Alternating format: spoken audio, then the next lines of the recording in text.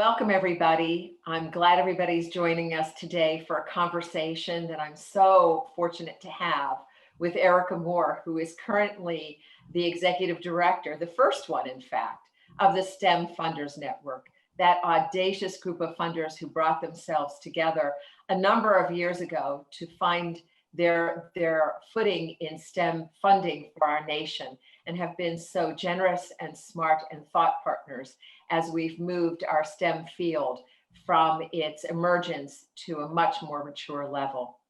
Today, we're going to spend a little time in just chatting with Errika and finding out about her. And we know that she is an engineer that by profession, but has come through philanthropy, being part of the Atlanta Community Foundation, as well as the lead on the STEM ecosystem project in Atlanta, but she'll tell us much more about herself. So welcome, Errika. I'm so delighted that you could join us today. Oh, Jan, thank you so much for the invitation and the opportunity to have the conversation with you. Anytime you ask, I'm there, and I'm looking forward to our conversation together. Well, thank you so much. So tell us a little bit about the journey that has gotten you to where you are right now. Absolutely. My journey has, let me just preface it all by saying it's been varied, but I feel very fortunate that it's been varied. And in every previous experience, I'm able to bring that forward into the next experience. So now that I've prefaced all of that, I'll say I graduated from Georgia Tech in industrial engineering back in '96. And that was an amazing time. Launched my career with IBM, working as an account executive in the oil and gas industry. Stayed in the Southwest working for BMC Software, enterprise software solutions organization, but switched from sales and marketing to specifically marketing and had responsibility for the Americas. So from Canada down to South America. And then the journey just continued in terms of staying on a corporate track. Also just kind of launching my own business when I became a mom, a stay-at-home mom, and wanting to balance my time between these two young men and nurturing them, but still keeping my skills fresh. But it was in 2012 when I really decided that I recognized that my journey was still something of an anomaly and I wanted to make a difference. And so mission delivery became top of mind, and rather than just serving on boards, wanted to be very intimate into the space of nonprofit management and leadership, and had the blessing of working with an organization called IT Senior Management Forum, which is actually still the only organization that supports Black technology executives, their pathways, their leadership, and their trajectories. And it's just continued on from there. Being an executive director for a statewide organization, as you mentioned, serving as the team lead and program officer for the education portfolio for the Community Foundation for Greater Atlanta, and now here as the inaugural executive director for STEM Funders Network. So again, varied, but it's actually all interconnected in terms of each experience has allowed me to build upon the previous experiences. Well, I think that, listening to you, that makes a lot of sense given the talent that you bring right now to STEM funders, but also to STEM in a national context. Take us back to 8-year-old Errika. What was in your mind? What were your passions? How can we understand who you were at that point, knowing who you are now? 8-year-old Errika isn't much different from 49-year-old Errika. My father would be the first to say, whenever someone said I couldn't play in their sandbox, then I would just go find my own sandbox to play in or make my own sandbox.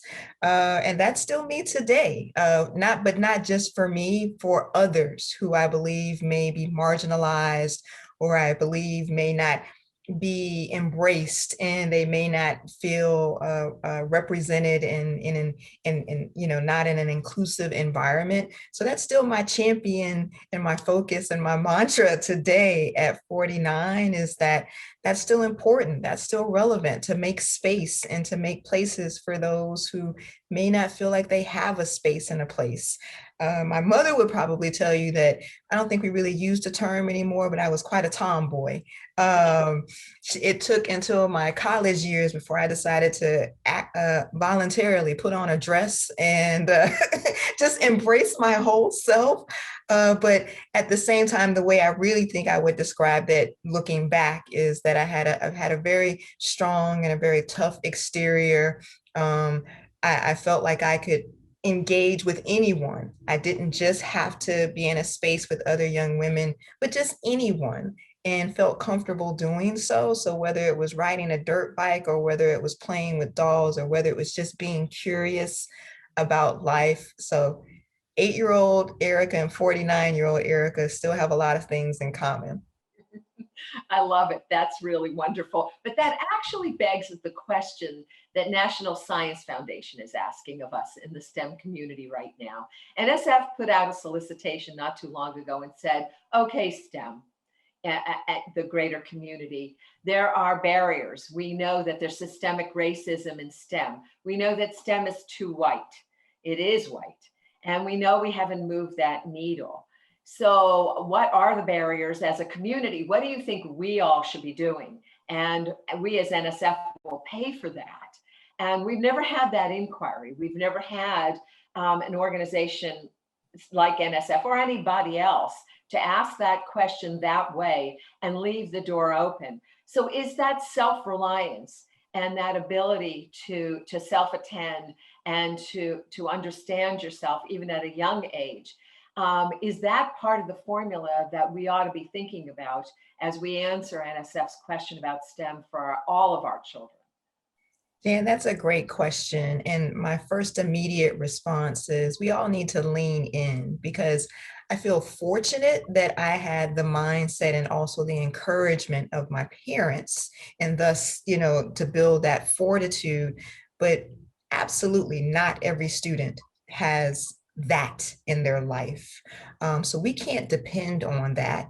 And as a community, we need to lean in. So whether that's in philanthropy, whether that's corporate engagement, whether that's community organizations, whether that's higher ed working with K through 12 in a true continuum and synergistic approach, we have to lean in and encourage and pull forward those students who don't know how to be curious, who don't know how to ask questions, who don't know how to engage with those of authority because they haven't been encouraged and empowered to do so in the past.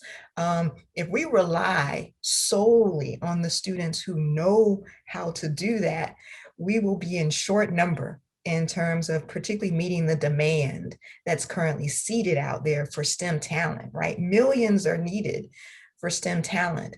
And so I was so energized when I saw that grant opportunity come out from NSF. It was like a new day was dawning in terms of NSF. Everything from, they released the caps on how much you can ask for. There's no minimal, there's no maximum. The size of the organizations, even the time frame. It doesn't have to only be something that will be measured 3 years out, 5 years out. It might just be a year.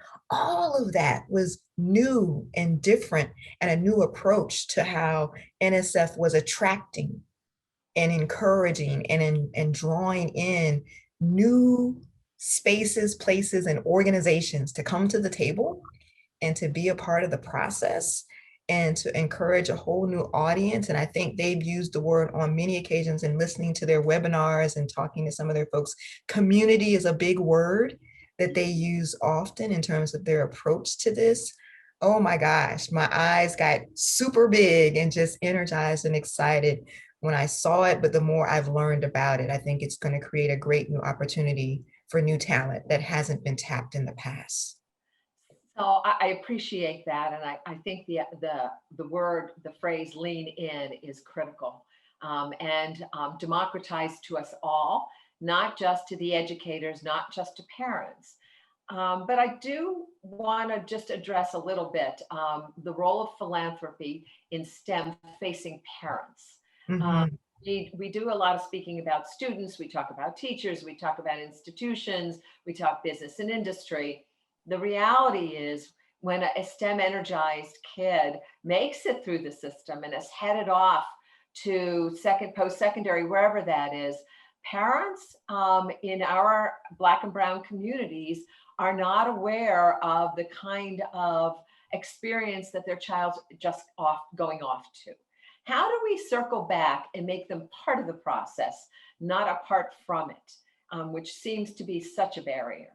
Oh my goodness, you hit the nail on the head, because family engagement, right? So I'm going to expand it beyond parents to family engagement is critical, is mission critical when you're talking about underserved, underrepresented, specifically Black and Brown students.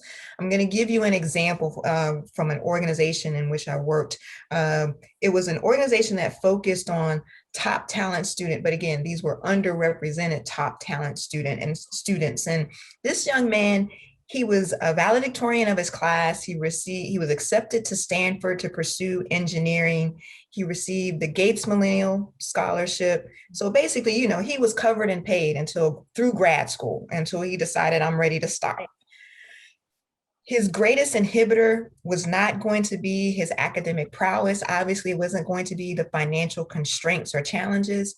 His greatest inhibitor was his family, who didn't want him to go, they didn't understand the value of the opportunity that, quite honestly, not only existed for him, but for their entire family infrastructure and for generations yet to come within their family nucleus. So in essence, an intervention had to happen with the parents. And from the standpoint of the same empowerment that we just talked about for students, ensuring that they receive that as well. The problem was, to your question, they hadn't received it prior to this young man becoming a senior in high school. And who knows what else they would have encouraged, supported, uplifted. But we recognize that if he transitioned to Stanford, his mind, his heart would still, it would still be back home in Atlanta on the other side of the country, which that in and of itself would have created challenges for him. So great question. We have to think about parents as a part of the solution and opportunity for the uplift that we're talking about here, not let's build a program and then go throw it at the parents and then go tell them, no, bring them in as a part of the process, empower them as a part of the process. And oh my goodness, the great strides that can happen as a result of doing so. Well, I think that what you're pointing to is that the systems that we have in place, the processes, don't actually meet the needs of a more of the entire people involved in sending that child becoming a young adult into a STEM life and a STEM profession. And that in retrofitting, we are just tweaking it instead of maybe creating a system that's inviting of the participation and also understanding what the culture is in order to participate. So if we take that and let's push that a little further, and also that sort of lens that NSF is giving us, that open invitation to be thinking about systems. In past, these kids who come into the world with the amazing horsepower to be able to deal with the challenges of a STEM education, find they hit things like AP courses and the College Board's vision of what a high school course of study would look like based on what a freshman experiences. And we know from the conversations with higher education that there's a gulf in there, particularly in STEM. So that an AP in chemistry, it does not necessarily translate a one-on-one to an inorganic 101 course. And yet they're pushed to this, and that there's an equity issue involved in here, because the culture and the specificity of some of the way our Black and brown children learn is not a part of that kind of system.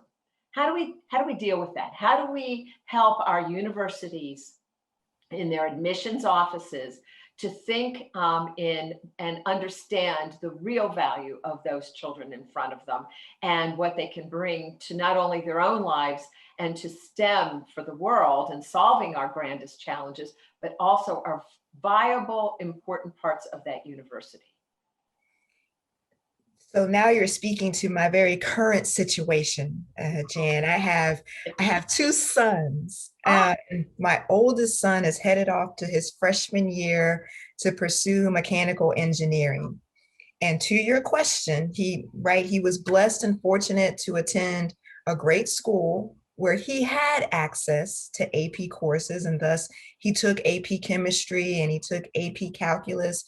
But we already knew and had made the decision, regardless of the 4 or 5 that he scored on those AP courses, he was still going to take the freshman chemistry class, the freshman first level calculus class, because whereas those courses provided a phenomenal foundation, it is not an apples to apples comparison in terms of the content, in terms of the perspective, or even in terms of the expectation of knowledge that higher education faculty have around that content, right? So he had the blessing of being informed and aware in terms of decision making. And it came into play very seriously when he went to register for his classes just a couple of weeks ago, because the advisor was like, oh, you don't need to take chemistry and, you can opt out of this first. And then we were like, and he was empowered to say, no, I am, because I know what I still need to gain from this experience.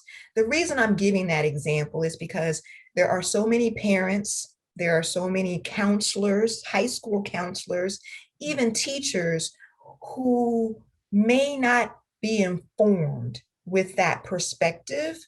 And that's a role, to your question also, that higher education can play in terms of it's not about discouraging students from taking these AP courses. We absolutely want them to give them that undergirding and the support that they need. But it's to say, let that be just that, a foundational piece to this experience as they transition from high school into a post-secondary experience, rather than positioning it and giving it the narrative of it's a one-to-one scenario. Because the other thing that you pointed out, right, is so true. Not every student receives and allows that content to resonate the same, particularly depending upon what their pedigree has been before coming into that AP experience. Not all teachers teach the same. It doesn't matter how they're trained. Every teacher brings their own personality and style. And I can tell you firsthand, my son's AP chemistry teacher at his high school, I would venture to say she is not the same. I would see her as much more rigid, stringent, and quite honestly, she cracks the whip in terms of how she delivers. She starts preparing her students the whole summer before they take her class, right? That's how intense she is. Love it to death. She's trying to get them there. But not every teacher is the same.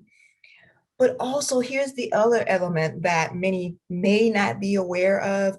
We're still living in when we talk about system level change, we're still talking about definitive disparity in our systems, because we still have students, just because of their zip codes, AP courses are not even offered in their school district or in their specific school. Right. So, Erika, and some of the states have made the adjustment to a dual credit system and an early college system in order to make up for that, in understanding the nature of a stackable credential, where the entry point or the induction point may not be the university, it might be the community college. Mm-hmm. And if you go with credits coming from high school, then the cost level becomes far more accessible to a Yes. range of families. But as you go to that, then you're eventually looking to employment, right? And the jump from all that stackable credentials, even with real labor market value, to an actual job Right. in the industries themselves, whether it's engineering, biotech, bioinformatics, and all of that, is still highly GPA Mhm. Mhm. guided.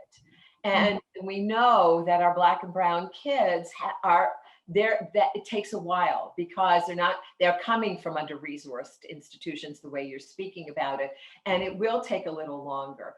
What can we do on the employer side, on that industry side, to help them to understand that that's a constraint, that's a barrier right now to a fabulous, wonderful young adult that ought to be part of their institution? So Jan, before I answer your question, I'm going to expand the constituency a little bit because I think, again, we have definitely identified for many Black and brown students or under-resourced communities. But I think what also falls into that are rural communities, as well as students who are first gen. Again, the reason being they don't have that lineage, right? And that history, particularly from a STEM perspective, to help give that preparation and guidance. So I'm going to expand the constituency a bit. And when I expand it, then it becomes to me even more relevant why our corporations need to expand their thought and their perspective about the students that they're receiving. Here's a data point. Where I live in the state of Georgia, currently we are really only positioning about 40% of our students for STEM careers and pathways. The need, the demand relative to the corporations that are headquartered here or regionally based here doubles that number in terms of what they need relative to talent. So we are already not producing the talent for the demand that is situated in these corporate environments. Now, to me, that's a no-brainer to say this is why we as a corporation need to go back to that phrase, why we need to lean in and why we need to do our part. That's one of the reasons why I serve on an industry advisory board here in our area, because we need to change the narrative and the perspective around what is the role of industry in making a difference in this space. How do we need to approach this from a different mindset?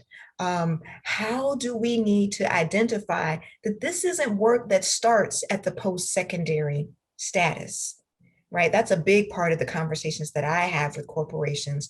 If you are truly intentional about this, then your journey begins, your engagement begins, the enactment of your energy and your commitment to this begins in the K through 12 space. Absolutely and most definitely. At a minimum, high school, really middle school, and if you're truly serious about it, it's going to actually start in the K through 5 space. Because it requires all of that time and all of that cultivation to really get the pipeline of talent to meet, again, the demand that's situated out there. So I always, as I'm shaking my head now, I always just kind of shake my head like, it's amazing to me in 2021 that we literally do still have to have these conversations because we don't have enough folks from industry who are embracing this and are investing at the levels. And by levels, I'm using the play on the words, not just from a checkbook perspective, Sure. but levels in terms of grades as well. Well, they're the beneficiary. If the system itself works and supports all the constituency groups that you just spoke about, then who benefits? Not only does the young adult going on to their lives and their families and their communities, but it is them. It is business and industry. It is the global market. It is the advancement of innovation that makes everybody's lives that much more viable as we hope to get better at stewardship in our planet. So if you come full circle then, and to what you're doing now, what's philanthropy's future? Philanthropy has, in our country, in so many countries, driven the STEM agenda and crafted it, driven it, and still walking a path that is that's set by boards, set by founders, depending if it's family foundations or corporate foundations. What's the future structure of philanthropy that actually supports this kind of shift in the system? Great question, Jan. It's a paradigm shift. It really means taking on a paradigm shift, because to the point that you made, philanthropy has absolutely, it's been at the table since the beginning. And just like all parts of our history, there are aspects to that aren't great about that, right? I mean, I tell people continuously, philanthropy represents the greatest opportunity for making the change, but it's also been one of the primary variables in why some of the challenges exist, right? So that's why I say it's a paradigm shift, because it's an opportunity to shift from what have we always done to what should we do. It's an opportunity to look at the landscape. It's an opportunity to say, we get it. It's an opportunity to say, we recognize new places and spaces where we need to make investments. It's an opportunity, let's just be very transparent, to bring diversity, equity, and inclusion into the conversation.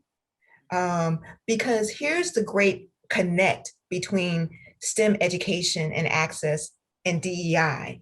If you're investing in STEM education and access, you're actually becoming an enabler of DEI. Here's why. The salary ranges that are associated with STEM career pathways are much greater, are much higher. So you have the opportunity to create economic empowerment, shifts in actual economic mobility for whole families, when you're creating more opportunities for more students and more individuals, and particularly students who haven't traditionally had access to those pathways. So when you bring DEI into the narrative and into the process and into your investment strategies, relative to STEM education, you're walking the same path. And I think part of the challenge has been, there's been these two separate conversations about it versus the recognition of the interdependency of the two and how interconnected the two are. When you talk about how you are creating a full family shift for, when I go back to that student I mentioned, going to Stanford, pursuing engineering, again, that was not only going to impact his life, that was going to impact the lives of his younger siblings with him as a role model, what he would then be able to support and do for his family in moving them from where they were to where they are now. All of that is relevant. And philanthropy, this is where we lean in. This is where we stand in the gap. This is where we quite honestly work in partnership with NSF, right? As they have this amazing grant opportunity that's situated out there. How do we then talk about private public funding models that bring these two entities together to serve the greater good, to optimize the outcomes that we want to see? This is the role of philanthropy. This is the opportunity that we have right now for such a time as this.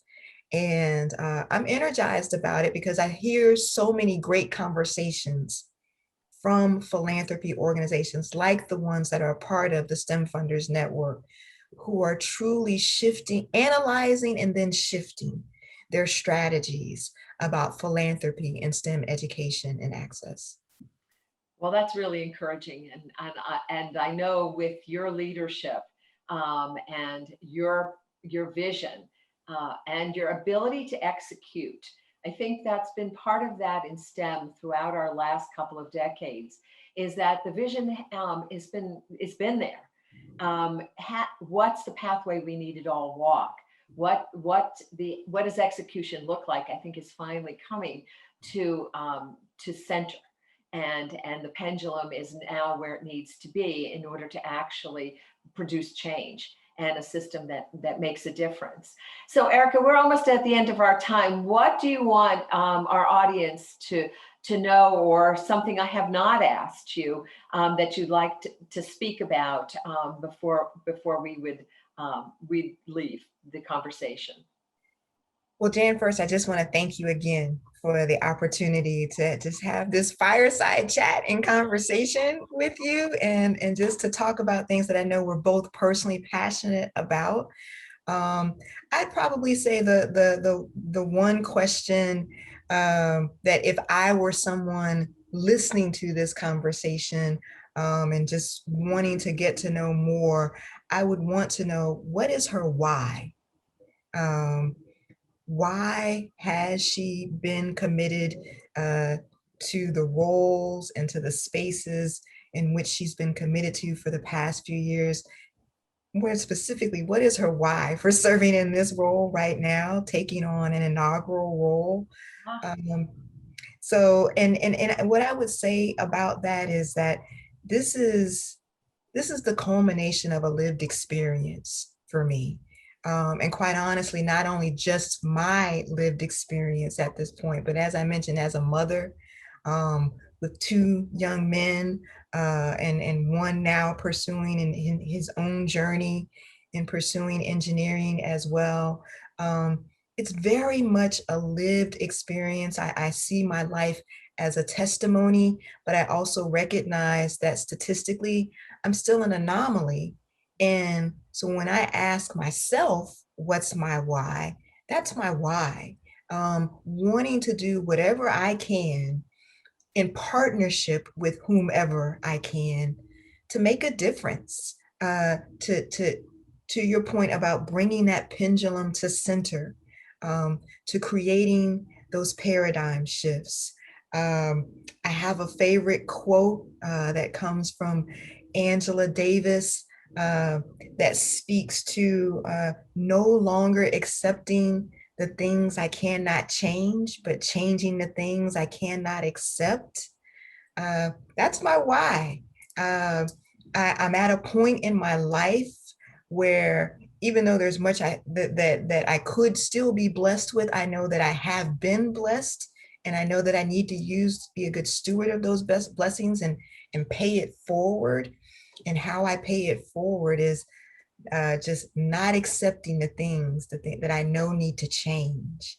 So that's my why. And that's probably the only other thing that I would add to this great conversation that we've had. Well, I really appreciate that. And I know, I know your passion and the authenticity and everything that you feel is as important in not only in your job, but in your role as a national leader. I think that's part of what I see, is that not just rising to the leadership of STEM Funders Network, but at least that your voice and the message that you give, the way you give it, is not only a challenge for everybody and all of us who listen, but also guidance. And I think this is the thing, that we're at that point in STEM in our country where the territoriality, our competition, has given way to the kind of collaboration to empowerment, because we're now doing more than just hearing each other, we're listening. And that's just been wonderful today. And I so appreciate your time. And I know that we'll keep up on this, and I know that our audience will get back to you as they hear this and make comments and ask questions. So thank you a million times. This has been wonderful, as always. My honor, my pleasure. Thank you so much. Thank you so much, Jan. And thank you for being the champion and the change agent that you are. I don't know if that's said enough, but I want to say it here. So I thank you. And again, I'm humbled and honored to be able to have this conversation with you. Well, you're very wonderful, and thank you so much. So take care.